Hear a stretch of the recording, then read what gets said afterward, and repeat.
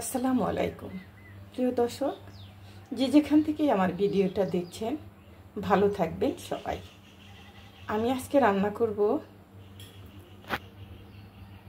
কাতল মাছ। পিসগুলো ছোট নিয়েছি আম দিয়ে, সেটা আপনাদের দেখাবো। এখানে মাছ ভালোভাবে ধুয়ে নিয়েছি 5 পিস। এখানে নিয়েছি পেঁয়াজ কুচি 6টা ছোট সাইজের, আর এখানে নিয়েছি বেশ কিছু কাঁচামরিচ, আর তার সাথে আছে পাকা আম। সেটা দিয়ে আমি রান্না করব, দেখতে থাকেন।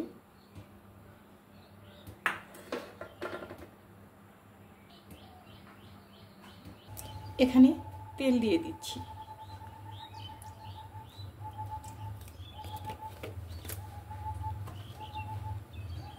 দিয়ে দিচ্ছি পেঁয়াজ কুচি, কাঁচামরিচ মাঝখানে কেটে দিয়েছি। মাছের মধ্যে আমি একটু হলুদ দিয়ে মেখে নেব। এভাবে মেখে নিয়ে তারপরে মাছটা আমি দিয়ে দেব। আমি ভাজবো না।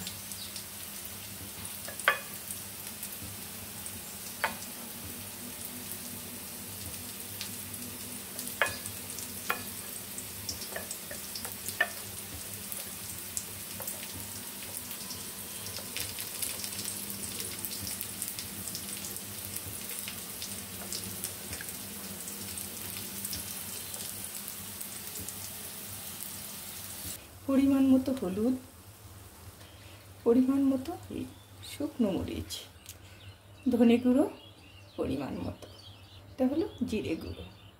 আপনারা মাছ পরিমাণ বুঝে মশলা দিবেন। আমার মাছের পরিমাণ কম, তা আমি মশলাটা কম দিলাম। পরিমাণ মতো লবণ। এখন আমি কষিয়ে নেব।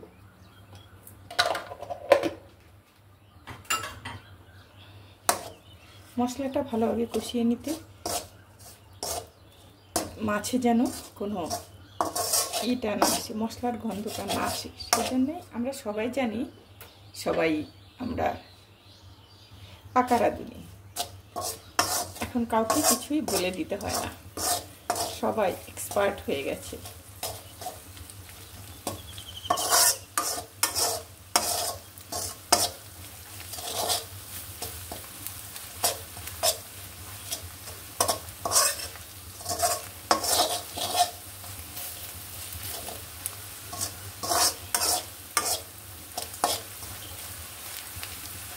মশলাটা আমার ভাজা হয়ে গেছে।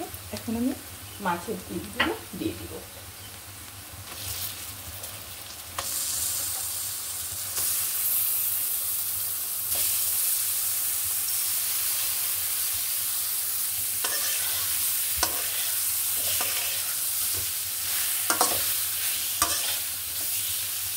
মাছটা আমার কষানো হয়ে গেছে। এখন আমি পানি অ্যাড করব। বেশি নাড়াচাড়া করলে ভেঙে যাবে।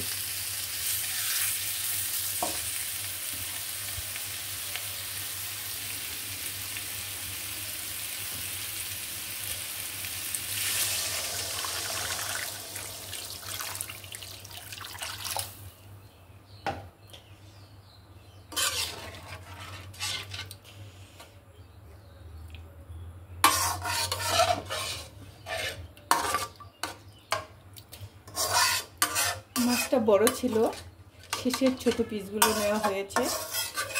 মাছটা সিদ্ধ হতে একটু পানি বেশি লাগবে, আমি বেশি দিয়ে দিলাম। আমি এখন ঢেকে দিব।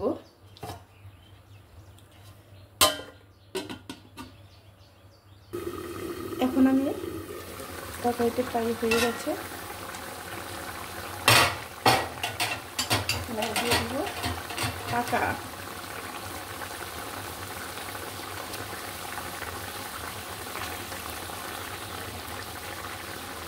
ঢেকে দিব,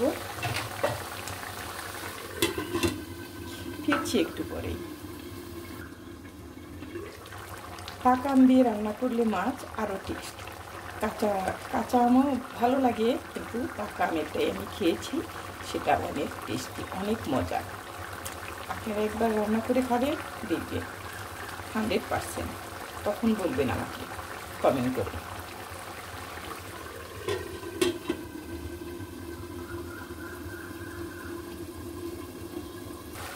এখন তো আমের সময় এসেছে, কারণ বৈশাখ মাস, অনেক গাছে আম পেকে গেছে। চৈত্র মাসে এখন সবসময় পাকা আম পাওয়া যায়। যদি ইচ্ছা করেন তাহলে রান্না করে খেয়ে দেখবেন কেমন হয়েছে, কেমন লাগে।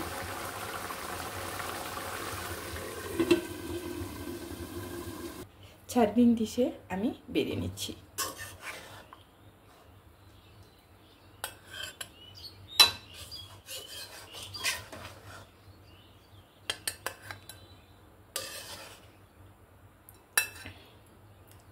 সবই শিখেছি আমার শ্বশুরবাড়ি, আমার শাশুড়ির কাছে।